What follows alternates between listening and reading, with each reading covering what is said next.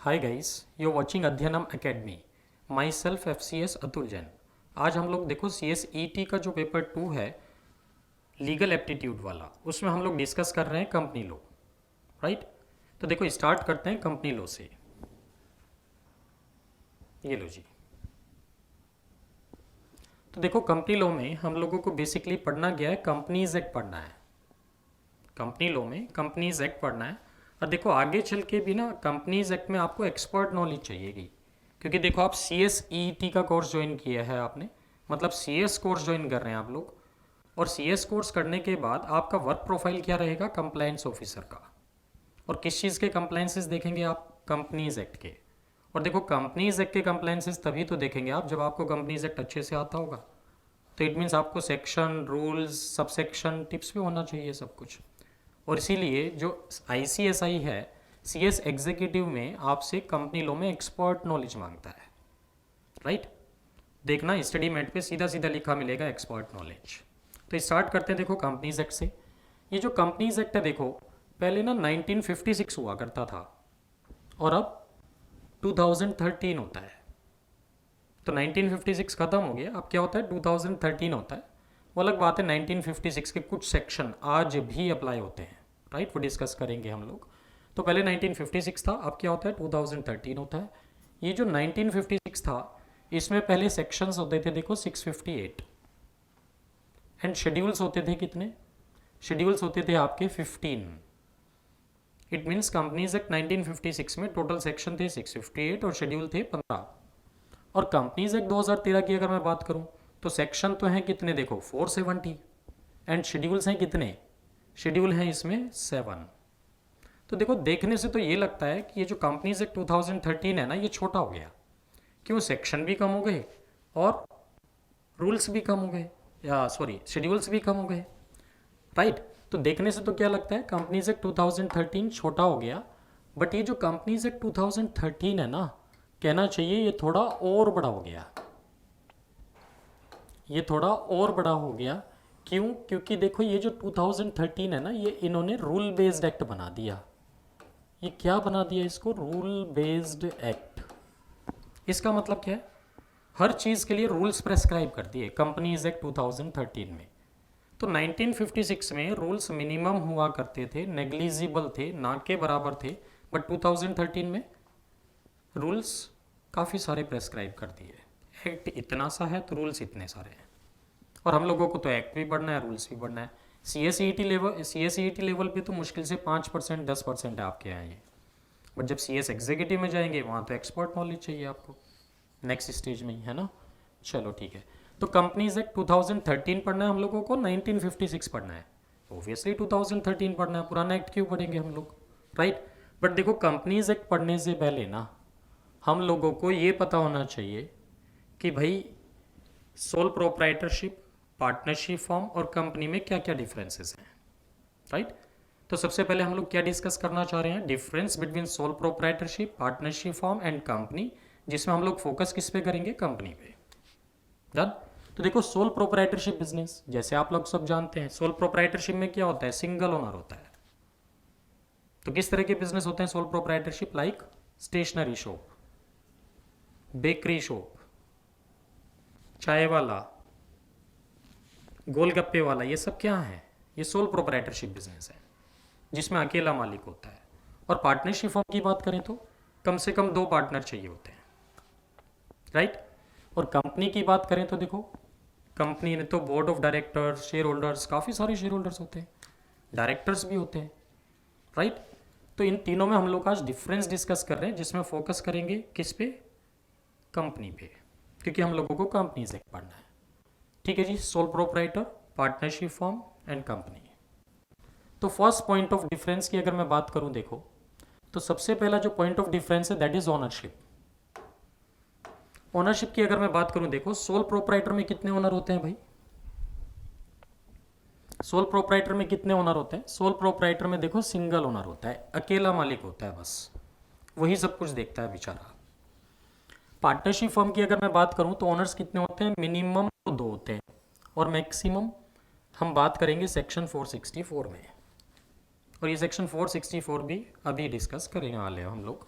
Right, तो जो minimum 2 partners चाहिए, ये मिनिमम 2, इन दोनों पार्टनर्स का मेजर होना ज़रूरी होता है। ये भी बात याद रखेंगे आप ऐसा नहीं कर सकते कि एक मेजर पार्टनर ले ले, एक माइनर पार्टनर ले ले। हाँ, 2+1 हो सकता है, मतलब 2 मेजर 1 माइनर तो हो सकता है, ठीक है, बट 2 में से ही एक मेजर 1 माइनर ऐसा नहीं हो सकता। तो मिनिमम कितने पार्टनर चाहिए? 2 पार्टनर चाहिए। मैक्सिमम कितने चाहिए? सेक्शन 464 बोलता है। क्या बोलता है सेक्शन 464? देख लेते हैं भाई। ये बोलता है जी सेक्शन 464 क्या बोल रहा है, देखो सेक्शन 464 क्या बोलता है। और ये सेक्शन 464 किसका है? देखो कंपनीज एक्ट 2013 का है, ये पार्टनरशिप एक्ट 1932 का नहीं है। तो इट मीन्स पार्टनरशिप फॉर्म में मैक्सिमम पार्टनर कितने हो सकते हैं, ये बात पार्टनरशिप एक्ट नहीं बता रहा है, ये तो कौन बता रहा है? कंपनीज एक्ट 2013 बता रहा है, राइट। क्या बता रहा है सेक्शन 464? कि भाई कोई भी पार्टनरशिप फॉर्म या फिर एओपी या फिर बीओआई जिसमें more than such number of persons as may be prescribed, तो क्या लिख के छोड़ दिया, देखो more than such number of persons as may be prescribed means, और देखो पूरे कंपनीज एक्ट 2013 में जहां कहीं भी आपको ये वर्ड्स लिखा मिले ना कि एज मे बी प्रेस्क्राइब्ड, तो इसका मतलब क्या करो, रूल्स में चले जाओ। तो जैसे मैंने अभी आपको थोड़ी देर पहले बताया कि जो कंपनीज एक्ट 2013 है वो रूल बेस्ड एक्ट है, बीच बीच में आपको रूल परेशान करेंगे, तो आगे लो रूल यही, ठीक है। तो एक्ट के साथ साथ रूल्स भी पढ़ने पड़ेंगे, ठीक है। तो क्या कहते हैं, more than such number of persons as may be prescribed, तो प्रेस्क्राइब्ड कहाँ किया होगा इन्होंने? रूल में, रूल नंबर 10,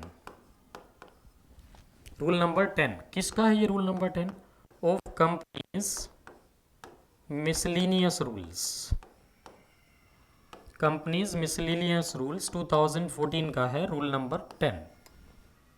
इसमें लिमिट जाके प्रेस्क्राइब की है। अच्छा, सीधे सीधे इसी में क्यों प्रेस्क्राइब नहीं कर दी सेक्शन 464 में?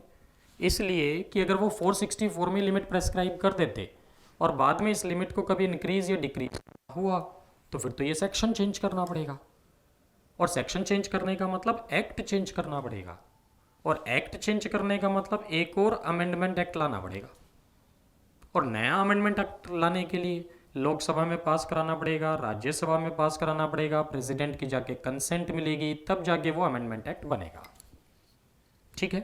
तो गवर्नमेंट ने क्या किया, अपनी सिरदर्दी कम कर दी, हमारी बढ़ा दी। उन्होंने तो क्या किया, लिमिट एक्ट में प्रेस्क्राइब की नहीं, वो लिमिट्स तो कहाँ दे दी उन्होंने? रूल्स में। तो जब भी इन लिमिट्स को इंक्रीज डिक्रीज करना होगा तो वो क्या करेंगे, सिंपली एक नोटिफिकेशन इशू करेंगे और इस लिमिट को इंक्रीज कर देंगे नोटिफिकेशन के थ्रू, राइट। तो रूल नंबर 10 में लिमिट दी हुई है भाई, और रूल 10 किसका है? कंपनीज मिसलेनियस रूल्स 2014 का। कितनी लिमिट दी है इसमें? 50, ठीक है। तो 50 की लिमिट है जी इसमें। इट मीन्स नेट इफेक्ट क्या निकलता है अगर मैं सेक्शन और रूल को एक साथ कंबाइंड स्टडी करूं तो? कहते हैं कोई भी पार्टनरशिप फॉर्म जिसमें मोर देन 50 पार्टनर्स हैं और प्लस क्या कह रहा है साथ में, अनरजिस्टर्ड है, तो वो क्या बन जाएगा? इलीगल एसोसिएशन कहलाएगा, ठीक। तो 3 कंडीशन हो गई। नंबर 1 पार्टनरशिप फॉर्म है, नंबर 2 मोर देन 50 पार्टनर्स हैं, नंबर 3 अनरजिस्टर्ड है, तो हम उसको क्या मान लेंगे? इलीगल एसोसिएशन मान लेंगे।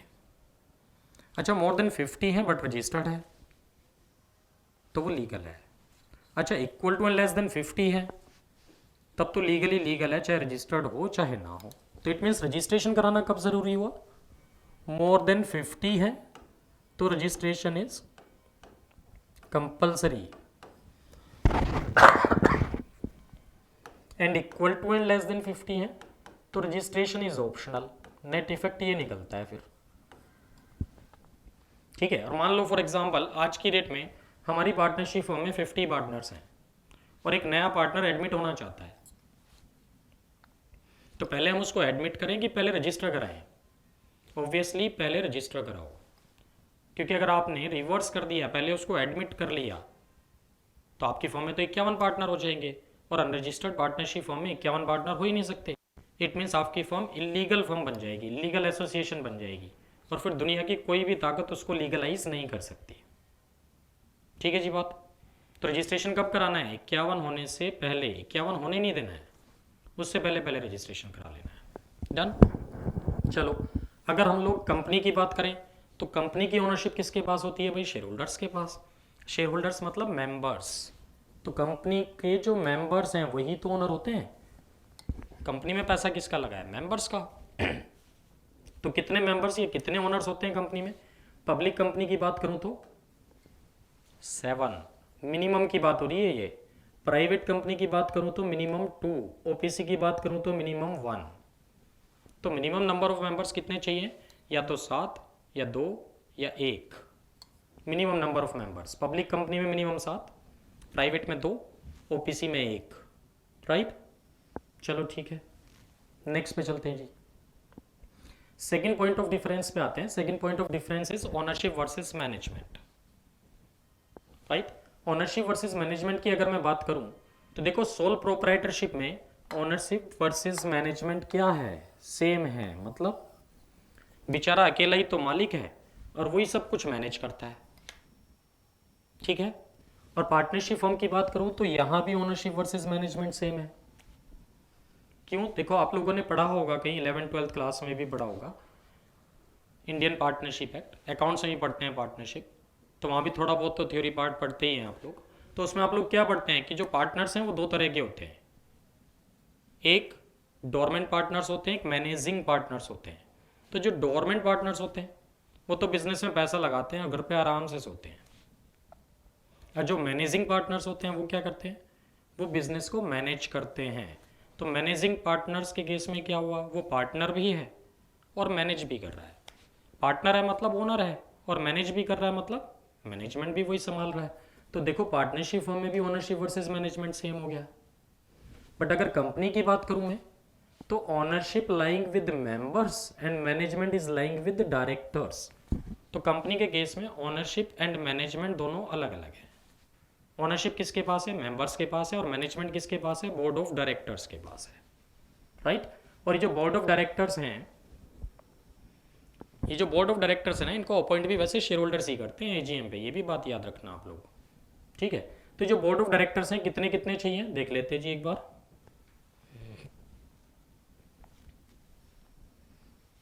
तो बोर्ड ऑफ डायरेक्टर्स कितने कितने डायरेक्टर होते हैं?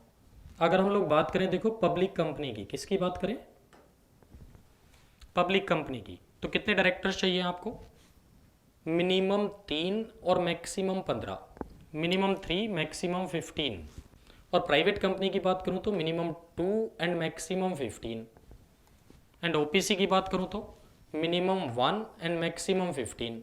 तो इन शॉर्ट नेट इफेक्ट ये निकलता है, कि मैक्सिमम डायरेक्टर कितने चाहिए, कितने हो सकते हैं, चाहे पब्लिक कंपनी हो, चाहे प्राइवेट हो, चाहे ओपीसी हो, तीनों ही केसेस में मैक्सिमम डायरेक्टर 15 हो सकते हैं। राइट। और मिनिमम की अगर बात करूं तो मिनिमम कितना चाहिए? 3, 2 एंड 1। राइट। चलो, क्या 15 से ज़्यादा भी रख सकते हैं? बिल्कुल रख सकते हैं। देखो, इसमें लिखा भी होगा, मैंने दिया भी होगा आपको। तो 15 से ज़्यादा भी रख सकते हैं। कब? By passing a special resolution. By passing a special resolution. ठीक। तो 15 से ज़्यादा डायरेक्टर भी आप कंपनी में रख सकते हैं स्पेशल रेजोल्यूशन पास करने के बाद। ठीक है जी।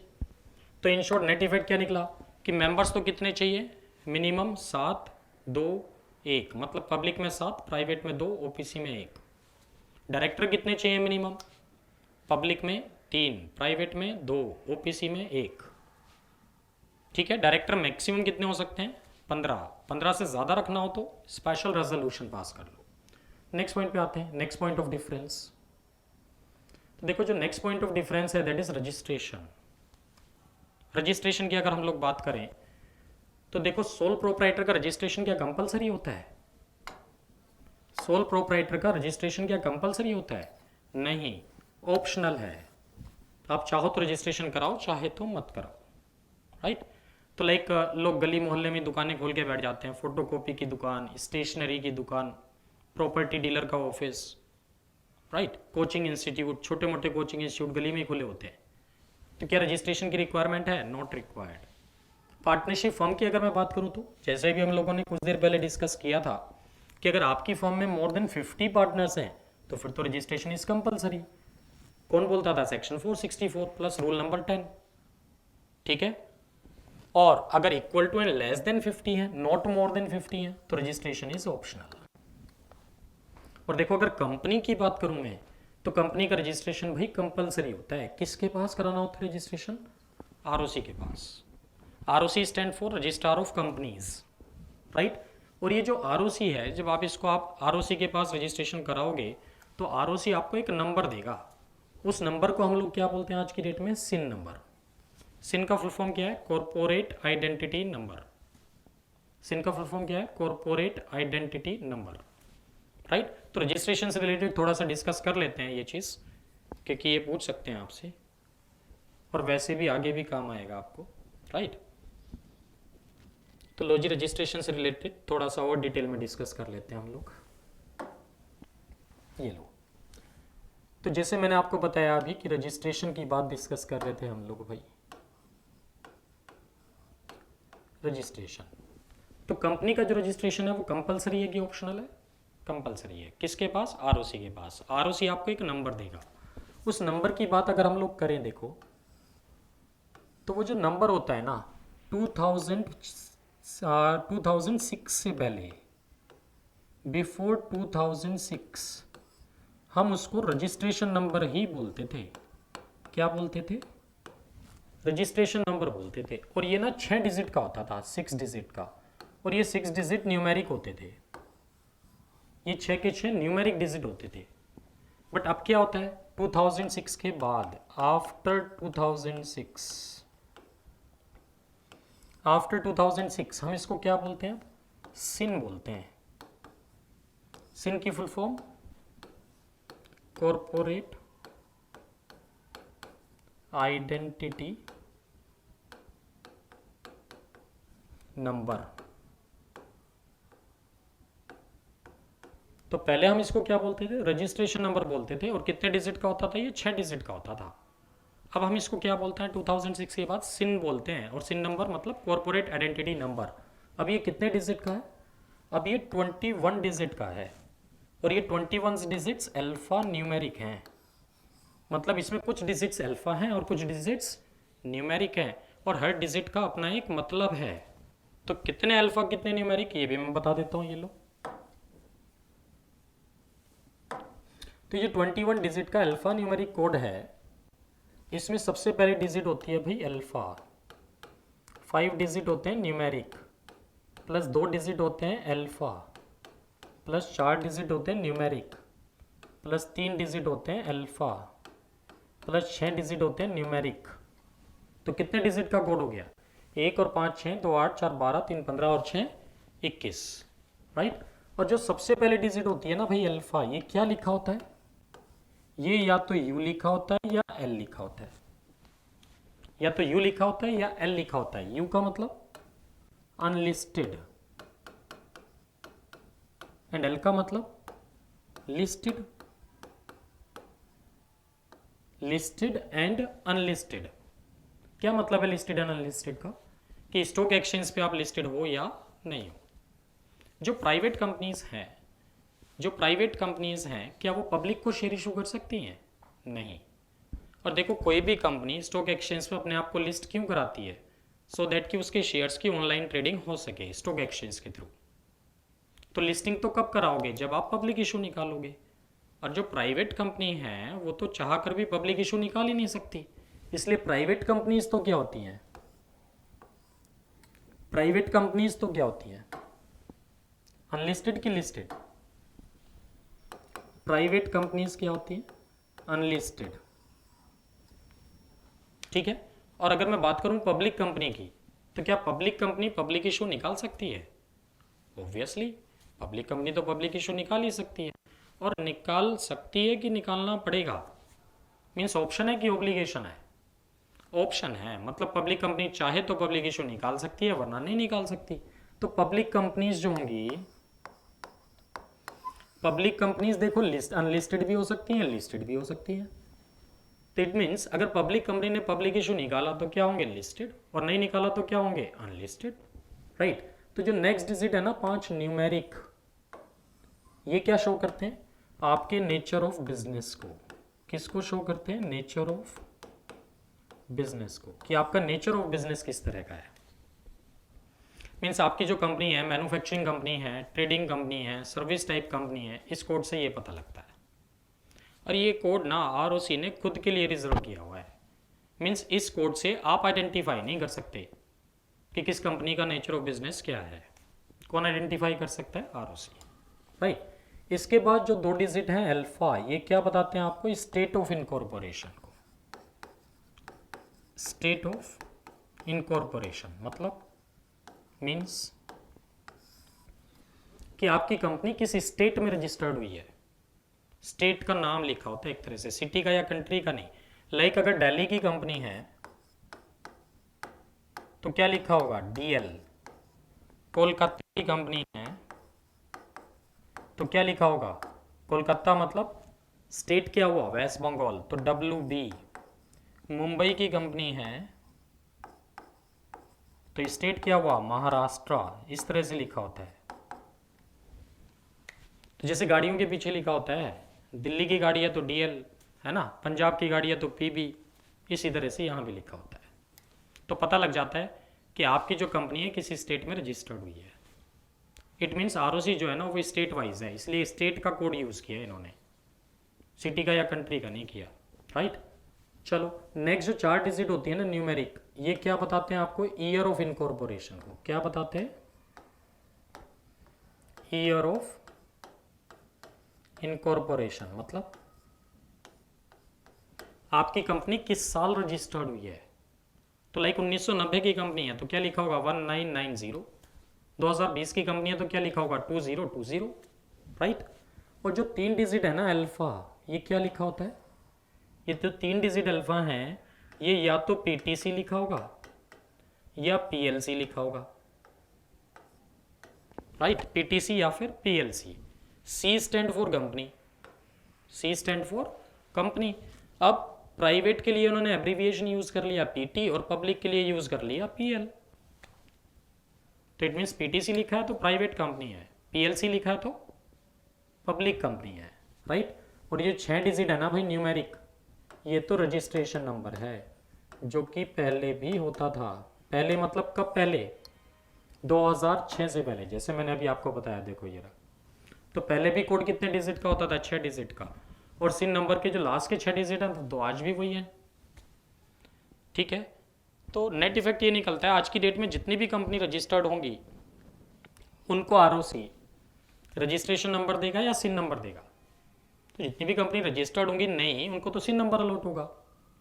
और जो कंपनीज पुरानी रजिस्टर्ड है 2006 से पहले, उनके पास रजिस्ट्रेशन नंबर है कि सिन नंबर है?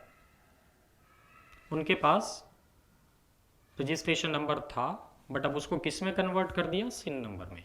इसका मतलब आज की डेट में कंपनी चाहे नई हो चाहे पुरानी हो, सबके पास क्या है? सबके पास सिन नंबर है, राइट। ठीक है, तो क्वेश्चन अब ये राइज होता है कि भाई ऐसा क्या हो गया था 2006 में ना, 2006 में ऐसा क्या हो गया था कि जो रजिस्ट्रेशन नंबर को बढ़ा के क्या करना पड़ा? सिन नंबर करना पड़ा, ठीक। तो 2006 की कहानी सुन लो, ये लो जी। तो देखो 2006 में आरओसी ने ना ई फाइलिंग कंपलसरी किया था। ई फाइलिंग क्या कर दिया था? कंपलसरी कर दिया था। इट मीन्स 2006 से पहले ना मैनुअल फाइलिंग होती थी। 2006 से पहले क्या होता था? मैनुअल फाइलिंग होती थी। एंड 2006 के बाद क्या होता है? ई फाइलिंग होती है। क्या मतलब है मैनुअल फाइलिंग और ई फाइलिंग का? देखो जैसे मैंने आपको बताया था कि कंपनी का रजिस्ट्रेशन कंपलसरी है, किसके पास? आरओसी के पास। तो कंपनी के केस में अगर आप कुछ भी जरा सा भी माइनर सा भी चेंज करते हो ना, तो भाई आरओसी को बताना ज़रूरी है। और कैसे बताओगे? क्या फ़ोन करोगे उसे? व्हाट्सएप करोगे? नहीं, हर चीज़ के लिए फॉर्म्स प्रेस्क्राइब्ड हैं, और वो फॉर्म्स पहले भी होते थे और आज भी हैं। तो पहले जो फॉर्म्स होते थे ना, पहले ये मैनुअल फॉर्म्स होते थे। पहले ये कौन से फॉर्म्स होते थे? मैनुअल फॉर्म्स होते थे। और आज की डेट में ये ई फॉर्म्स होते हैं। कौन से फॉर्म्स होते हैं? ई फॉर्म्स होते हैं। तो पहले मैनुअल फॉर्म्स होते थे और अब ई फॉर्म्स होते हैं। तो पहले हम लोग क्या करते थे, कुछ भी अगर चेंज करना है, लाइक कंपनी का नाम चेंज करना है, एड्रेस चेंज करना है, ऑब्जेक्ट चेंज करना है, डायरेक्टर चेंज करना है, तो फॉर्म खरीद के लेके आओ पहले, क्योंकि मैनुअल फॉर्म थे। कहाँ से फॉर्म खरीदते थे आप लोग? स्टेशनरी शॉप से। तो पहले स्टेशनरी शॉप पे जाओ, फॉर्म्स खरीद के लाओ। और ज़रूरत एक फॉर्म की है तो 2 फॉर्म खरीद के लाते थे। क्यों? अगर एक गलत हो गया तो क्या होगा? और फिर आराम से तसल्ली से बैठ के शाम को इनको फिलअप करते थे।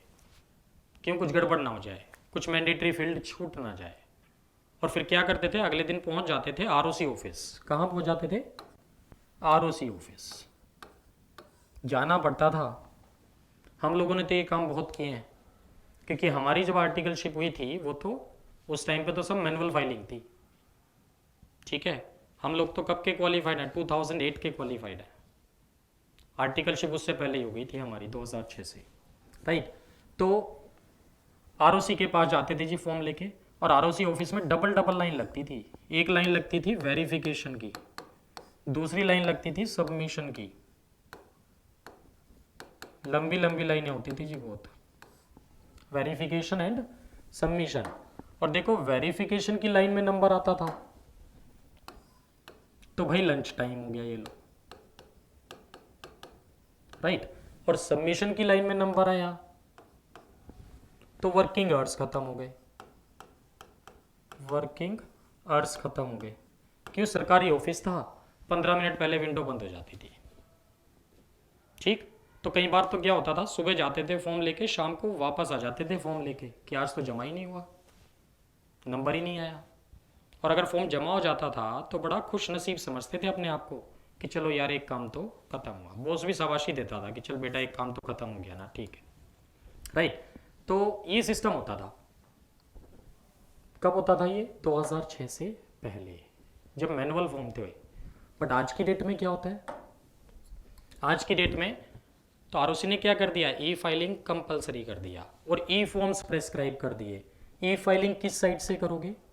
ई फाइलिंग करोगे आप www.mca.gov.in से।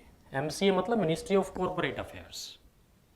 और इस साइट पे सारे के सारे फॉर्म्स पड़े हुए हैं, जिनको हम लोग आज की डेट में क्या बोलते हैं, ई फॉर्म्स। तो पहले तो आप क्या करो, कुछ भी अगर चेंज करना है कंपनी में तो पहले तो ई फॉर्म डाउनलोड कर लो।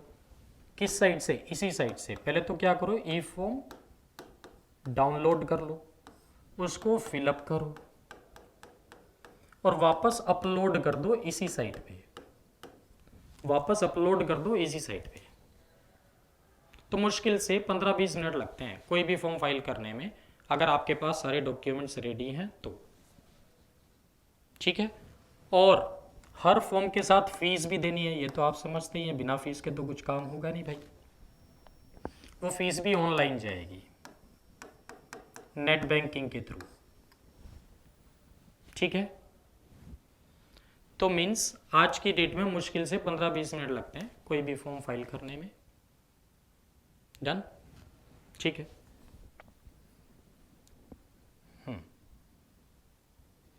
और देखो ये साइट तो ना mca.gov.in। और अच्छा एक चीज़ और याद रखना कि इतना भी आसान नहीं है ई फाइलिंग करना जितना मैंने आपको बताया, क्योंकि अदरवाइज तो घर बैठे बैठे कोई भी बंदा किसी भी कंपनी का कोई भी फॉर्म फाइल करके भाग जाएगा।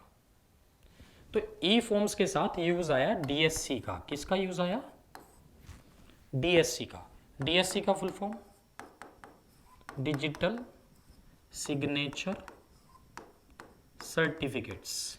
डिजिटल सिग्नेचर सर्टिफिकेट्स मतलब जब भी आप कोई फॉर्म अपलोड करोगे ना एमसी की साइट पे तो आपको डीएससी अटैच करना ज़रूरी है।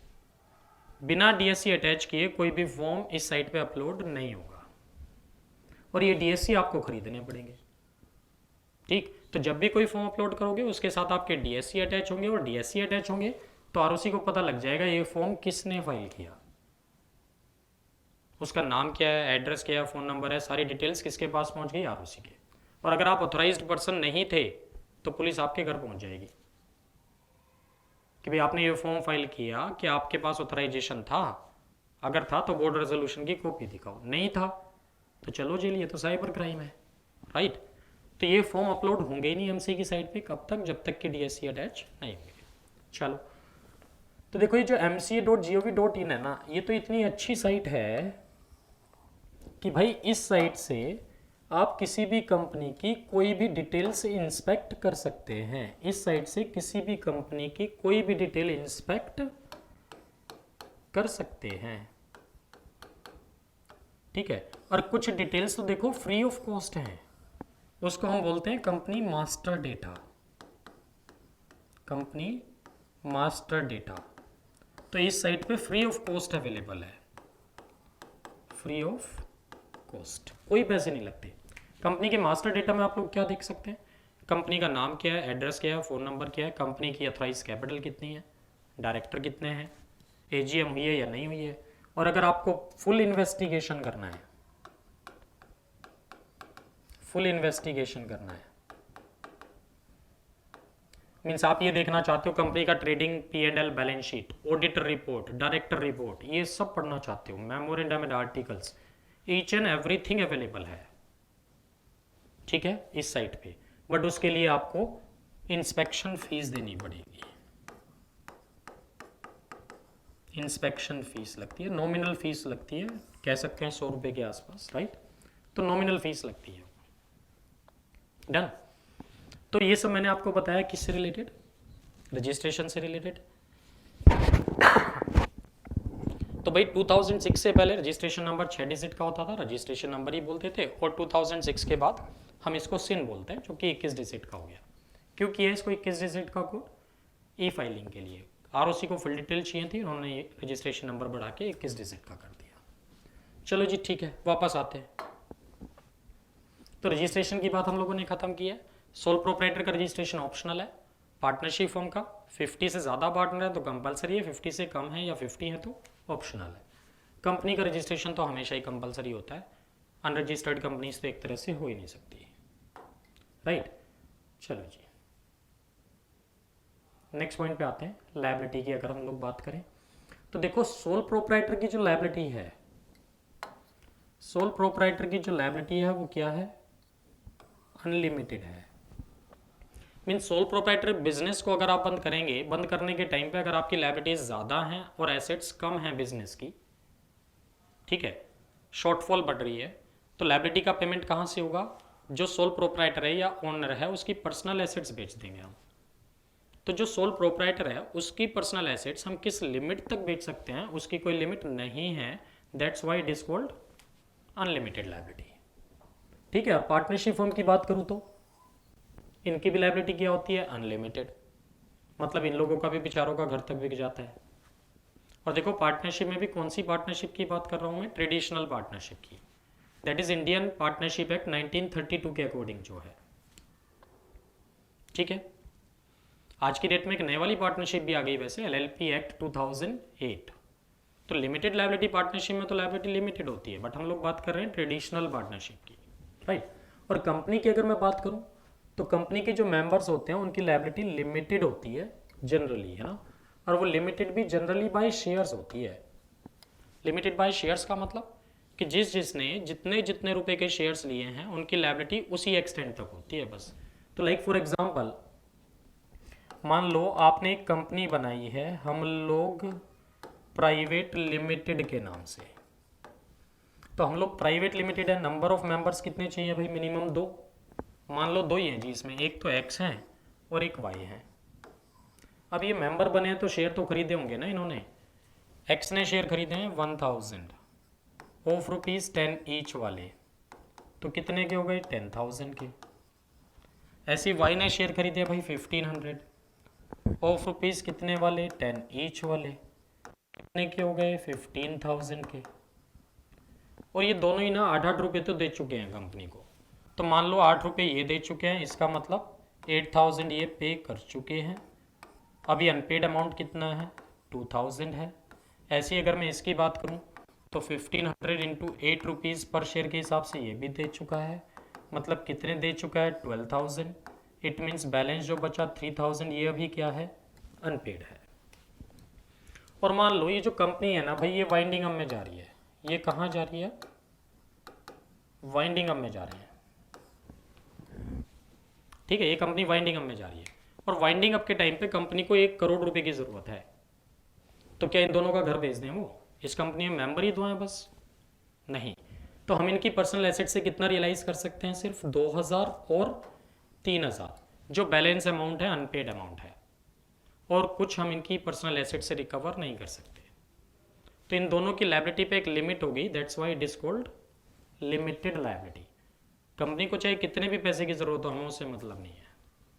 तो means liability of the member is limited to the extent of liability of the members are limited to the extent of unpaid amount of nominal value of shares acquired by them।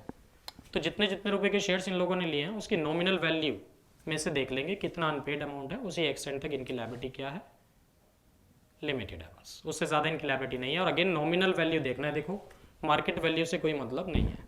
तो मान लो वैसे तो ये share की nominal value 10 रुपये थी, but ये company जब 20 साल बाद वाइंडिंग अप में जा रही है तो मार्केट प्राइस जो है ना पर शेयर 100 रुपये हो गया। तो क्या हम एक्स को कह सकते हैं, देख भाई मार्केट प्राइस है 100 रुपये और तुमने अभी तक दिए थे हमें कितना, सिर्फ 8 रुपये पर शेयर, तो 92 रुपीज़ पर शेयर के हिसाब से 92 इंटू 1000 92,000 दो आप ऐसा नहीं कह सकते। तो मार्केट वैल्यू से मतलब नहीं है, किससे मतलब है, नॉमिनल वैल्यू से, फेस वैल्यू से। तो जितने रुपए की फेस वैल्यू हो उसी एक्सटेंट तक लायबिलिटी आपकी लिमिटेड है, दैट्स इट। ठीक है, चलो जी। तो ये भी हो गया लायबिलिटी का point of difference. Next point पे चलते हैं हम लोग अब, सेपरेट लीगल एंटिटी। तो सोल प्रोप्राइटर में क्या सेपरेट लीगल एंटिटी होती है? सोल प्रोप्राइटरशिप फॉर्म में सेपरेट लीगल एंटिटी नहीं होती, पार्टनरशिप फॉर्म में भी नहीं होती। क्यों? गलती एक पार्टनर करता है और भुगतना सबको पड़ता है। One partner is acting on behalf of another partners as well, right. But company के केस में ऐसा नहीं होता भाई। कंपनी के केस में सेपरेट लीगल एंटिटी होती है, मतलब कंपनी अलग है, मेंबर्स अलग हैं, दोनों अलग अलग काउंट होंगे सेपरेट लीगल एंटिटी में, राइट। और एक दूसरे की गलती के लिए लायबल नहीं है, जो करेगा वो भरेगा। तो हम लोग वर्ड भी यूज़ करते हैं यहाँ, ऑफिसर इन डिफॉल्ट, कंपनी के केस में। चलो जी, नेक्स्ट पॉइंट ऑफ डिफरेंस पे आते हैं। ये लो जी, लास्ट पॉइंट ऑफ डिफरेंस है मीटिंग्स का। तो लास्ट पॉइंट ऑफ डिफरेंस है किसका? मीटिंग्स का। मीटिंग्स की अगर हम लोग बात करें तो भाई क्या सोल प्रोप्राइटरशिप फॉर्म में कोई मीटिंग की ज़रूरत है क्या? नहीं। तो सोल प्रोप्राइटरशिप फॉर्म में मीटिंग की ज़रूरत नहीं है, किसी से कुछ पूछना भी नहीं है। कुछ भी चेंजेस अगर करने हैं, कोई डिसीजन लेना है तो आप अपने आप ले सकते हैं, राइट। किसी से कुछ भी पूछने की ज़रूरत नहीं है। और अगर पार्टनरशिप फॉर्म की बात करूँ तो देखो, कोई मीटिंग की ज़रूरत तो नहीं है, बट बाकी पार्टनर्स की आपको कंसेंट लेनी होती है। और कंसेंट तो देखो आप ओरली भी ले सकते हो। भाई 2 पार्टनर हैं, 3 पार्टनर हैं, 4 पार्टनर हैं, ये बैठे हैं सब यहीं, पूछ लो इनसे ये काम करें या ना करें। ठीक है, फ़ोन पे भी पूछ सकते हो। बट मीटिंग का मतलब तो हम मीटिंग के फुल प्रोसीजर से लगाते हैं। और मीटिंग का फुल प्रोसीजर क्या होता है कि जब भी मीटिंग बुलानी हो कम से कम 21 दिन का नोटिस दो, राइट। और शेड्यूल डेट को मीटिंग होगी, 15 मिनट तक हम चेयरमैन का वेट करेंगे, आधे घंटे तक कोरम का वेट करेंगे। कोरम आया तो रेजोल्यूशन पास होगा, वरना नहीं होगा। रेजोल्यूशन पास होने के बाद कंपनी के मिनट्स ऑफ द मीटिंग बनाओ, आरओसी को इंटीमेट करो। ये सब प्रोसीजर होता है किस केस में? सिर्फ कंपनीज के केस में। तो लिखा भी है देखो मैंने, मीटिंग चाहिए, बिल्कुल चाहिए। कंपनी में तो हर काम के लिए मीटिंग चाहिए, छोटे से छोटे काम के लिए मीटिंग चाहिए। क्यों? देखो मेंबर्स भी बहुत सारे हैं, बोर्ड ऑफ डायरेक्टर्स भी बहुत सारे हैं। कोई भी डिसीजन अगर लेना है तो आप अकेले तो ले नहीं सकते, सबसे पूछना पड़ेगा, और पूछने के लिए मीटिंग करनी पड़ेगी।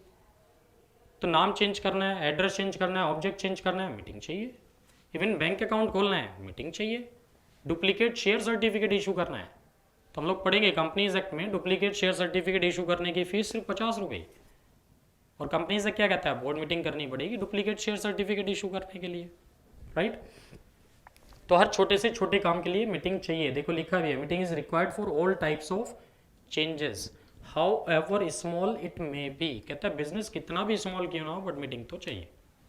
और ये जो मीटिंग्स होती है ना, इसका थोड़ा सा ब्रीफ इंट्रोडक्शन दे देता हूँ। ये लो मैं आपको मीटिंग्स का भी। ये जो मीटिंग्स होती हैं भाई, ये मीटिंग्स भी 2 तरह की होती हैं कंपनीज में। मीटिंग्स भी 2 तरह की होती हैं। लो जी,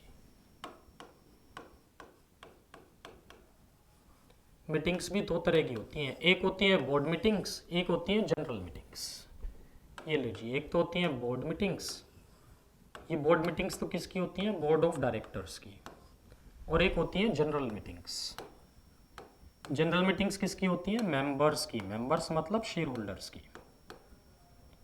ठीक है, तो कंपनी में मेंबर्स अलग होते हैं, बोर्ड ऑफ डायरेक्टर्स अलग होते हैं, और कंपनीज एक्ट ने दोनों की पावर्स को बायफरकेट किया हुआ है। बोर्ड ऑफ डायरेक्टर की पावर अलग है, मेंबर्स की पावर अलग है। मेंबर्स को अगर अपनी पावर यूज़ करनी है तो जनरल मीटिंग बुलानी पड़ेगी, बोर्ड ऑफ डायरेक्टर्स को अगर अपनी पावर यूज़ करनी है तो बोर्ड मीटिंग बुलानी पड़ेगी। बोर्ड मीटिंग तो एक ही तरह की होती है, बट जो जनरल मीटिंग्स होती है ना, ये डिफरेंट टाइप्स की होती हैं। तो आज की डेट में जो जनरल मीटिंग्स हैं ये दो तरह की बची हैं बस। जनरल मीटिंग्स दो तरह की होती हैं, एक तो होता है AGM,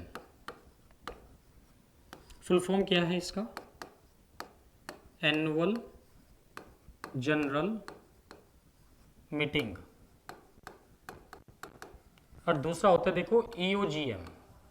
ईओजीएम means extra ordinary general meeting, extra ordinary general meeting.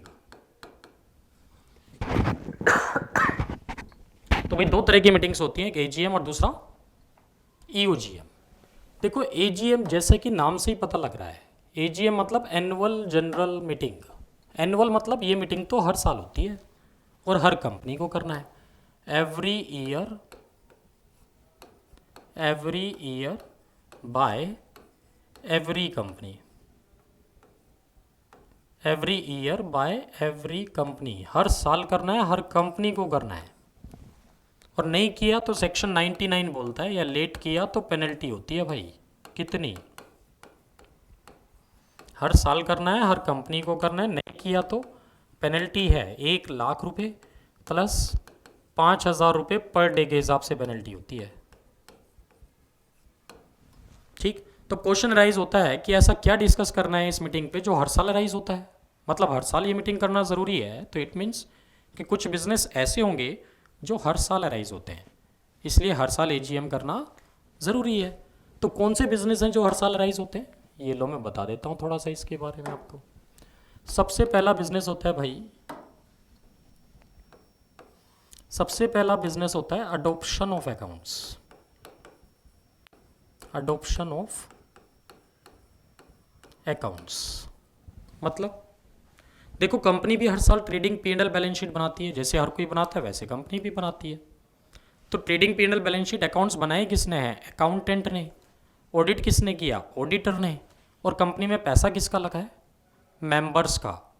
तो एक बार मेंबर्स को नहीं दिखाओगे ये अकाउंट्स, उनसे नहीं पूछोगे कि भाई सब कुछ ठीक ठाक है कि नहीं है, बिल्कुल पूछना है। कब पूछना है, एजीएम पे। तो इट मीन्स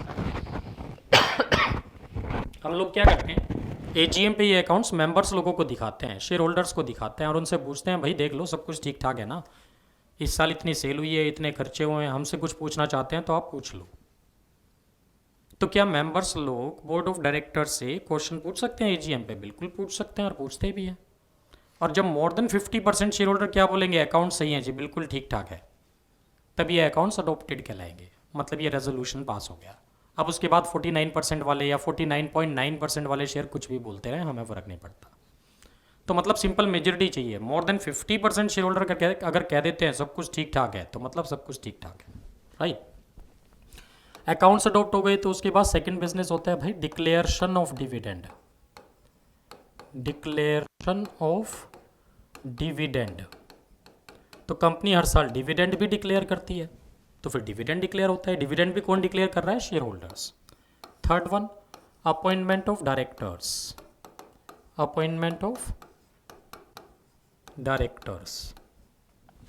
तो देखो कंपनीज एक्ट ये कहता है, कंपनीज एक्ट का एक सेक्शन है, सेक्शन 152 सबसेक्शन 6, वो ये बोलता है कि आपको डायरेक्टर का एक फिक्स्ड पोर्शन हर साल रिटायर करना ज़रूरी है, और उन डायरेक्टर्स के बदले या तो उन्हीं को रीअपॉइंट करो या नया अपॉइंटमेंट करो एजीएम पे। तो कंपनी से ये कहता है कि भैया पुराने वाले डायरेक्टर बाहर जाते रहने चाहिए, अंदर नए वाले डायरेक्टर अंदर आते रहने चाहिए, क्योंकि डायरेक्टर्स लोग जितने पुराने हो जाते हैं ना, उतना ऑडिटर के साथ मिलकर मैनिपुलेट करने लग जाते हैं। ठीक है। तो कंपनीज एक्ट ने शेयर होल्डर्स को एक राइट दिया है कि आप हर साल डायरेक्टर का एक फिक्स्ड पोर्शन हटा के आप नए डायरेक्टर अपॉइंट कर सकते हैं। आप करें या ना करें वो अलग बात है, बट कर सकते हैं आप, राइट। तो डायरेक्टर का एक फिक्स्ड पोर्शन हर साल आपको रिटायर करना है। हाँ, अगर आपका मन करे तो उन्हीं को रीअपॉइंट कर लो दोबारा से, और चाहो तो नहीं अपॉइंट कर लो। तो जो मोर देन 50% शेयर होल्डर बोलेंगे वो चलेगा। और लास्ट वन क्या होता है? Appointment of auditor. Appointment of auditor मतलब सीए। तो देखो, ऑडिटर या सीए को भी कौन अपॉइंट कर रहा है? मेंबर्स लोग, जनरल मीटिंग पे, एनुअल जनरल मीटिंग पे। तो ये 4 बिजनेस एजीएम पे डिस्कस होते हैं, इसलिए आपको ये हर साल एजीएम करना ज़रूरी होता है, ठीक है। और जो दूसरी मीटिंग है आपकी एजीएम की अलग, ईओजीएम, ये रही ईओजीएम। इसके तो नाम से ही पता लग रहा है, एक्स्ट्रा ऑर्डिनरी जनरल मीटिंग। ये किस लिए करते हो आप? To transact any special business, to transact any special business which cannot be deferred, which cannot be deferred till next AGM। समझ गए बात? तो क्या कहना चाह रहा है? यूजीएम कब करनी है? कहते देखो, 2 एजीएम के बीच में अगर कोई स्पेशल बिजनेस राइज हुआ और उस स्पेशल बिजनेस को आप डेफर नहीं कर सकते नेक्स्ट एजीएम तक के लिए, तो आप क्या करो? ईओजीएम बुला लो। तो ईओजीएम किस लिए बुला रहे हैं? To transact any special business, ठीक है जी। तो देखो, जनरली तो ये 2 मीटिंग्स हैं, एजीएम एंड ईओजीएम। और ईओजीएम कितनी करनी है और कब करनी है? कहते हैं एज एंड व्हेन रिक्वायर्ड, मतलब जब और जितनी ज़रूरत हो। ऐसा भी हो सकता है कि 5 साल हो गए ईओजीएम की ज़रूरत ही नहीं पड़ी, और ऐसा भी हो सकता है पहले ही साल है जी 5वीं ईओजीएम हो रही है। डन, ठीक। और देखो, एक्सेप्शनल केसेस में तो क्लास मीटिंग्स भी होती हैं शेयर होल्डर्स की, क्लास मीटिंग्स। ये हम लोग एग्जीक्यूटिव लेवल पे बढ़ेंगे, ठीक है। तो ये मैंने मीटिंग से रिलेटेड भी आपको इंट्रोडक्शन दे दिया पूरा, ठीक। अब चलते जी, ये लो। तो मीटिंग्स का पॉइंट भी हम लोगों ने डिस्कस कर लिया, और यही हमारा क्या था? लास्ट पॉइंट ऑफ डिफरेंस था मीटिंग्स का। तो कंपनी के केस में आपको मीटिंग करना ज़रूरी होता है, और मीटिंग्स 2 तरह की हैं, board meetings and general meetings. और जनरल मीटिंग्स अगेन 2 तरह की हैं, या तो एजीएम या ईओजीएम। एजीएम तो हर साल होनी होनी है, ईओजीएम मे बी और मे नॉट भी। हाँ, एक्सेप्शनल केसेस में क्लास मीटिंग भी होती है, ठीक है जी। तो ये कंपनी लॉ का आज हम लोगों ने इंट्रोडक्शन डिस्कस किया, डिफरेंस डिस्कस किया, सोल प्रोप्राइटर, पार्टनरशिप फॉर्म और कंपनी, जिसमें हम लोगों ने फोकस किस पे किया? कंपनीज पे। अब हम लोग कंपनी लॉ स्टार्ट कर सकते हैं, मतलब ये इंट्रोडक्शन था एक तरह से। और कंपनी लॉ स्टार्ट करने से पहले ये डिफरेंस आपको पता होना ज़रूरी है, तभी कंपनी लॉ समझ में आएगा, तब आप कंपनी लॉ समझ सकते हैं इसका मतलब, राइट। तो आज के लिए हम लोग इतने रखते हैं। Thanks for watching Adhyayanam academy.